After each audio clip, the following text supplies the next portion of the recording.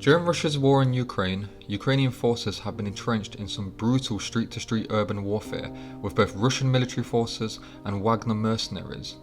These battles have been taking place in some key eastern Ukrainian cities such as Mariupol and Donetsk. However, in June 2023, following significant casualties on both sides, Yevgeny Prigozhin, the chief of the paramilitary Wagner group, began accusing Russian military command for some of the deaths of his troops. In what he describes as a march for justice, he ordered his forces to cross back over the border and towards the southern Russian city of Rostov-on-Don. By 7:30 AM, Wagner forces claimed control over Rostov's military facilities, including the two airports in the city. At 10 AM, President Putin made a televised address. He didn't refer to Prigozhin by name, but he said that the necessary orders had been given to defend Russia. He went on to say the actions of Wagner were a stab in the back to the country and to the Russian people. Wagner forces continued heading north along the M4 highway towards Moscow. By 5 PM, they were spotted on the outskirts of Voronezh. Wagner forces were spotted as far as Lipetsk, roughly 300 miles south of Moscow. However, in another dramatic turn of events, by 8 PM, Prigozhin ordered his mercenaries to halt their march on Moscow. He told them to return to their field camps, saying he wanted to avoid shedding further Russian blood. It was the president of Belarus, Alexander Lukashenko, who claimed responsibility for these negotiations. As part of the deal with Putin, Prigozhin would relocate to Belarus along with his Wagner forces, and the Kremlin would seek no further action against him. However, before leaving for Belarus, Putin met with Prigozhin in Russia on Thursday the 29th of June.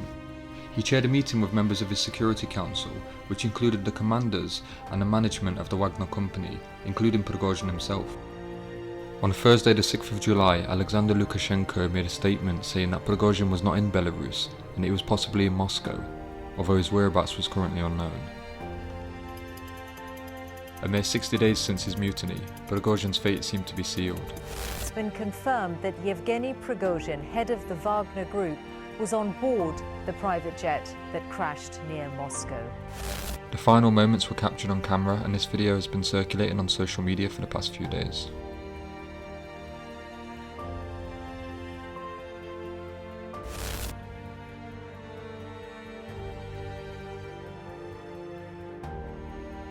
His plane was flying from Moscow to St. Petersburg and disappeared somewhere just north of Tver.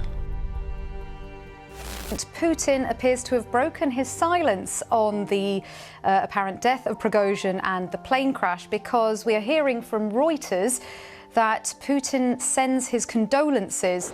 The Lannisters send their regards. Meanwhile, of course, the Wagner Group, effectively leaderless now. What happens to that? Yeah, this is an interesting picture. Have a look at this man, Andrei Avayanov.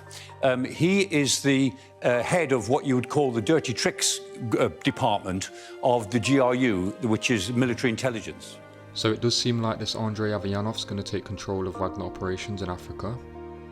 You know, I'll have to go into Wagner's involvement in Africa in a separate video, but that's if you guys would like that, and I'm just a little bit, don't want to end up being pushed out of a window, so, you know, we'll just have to wait and see.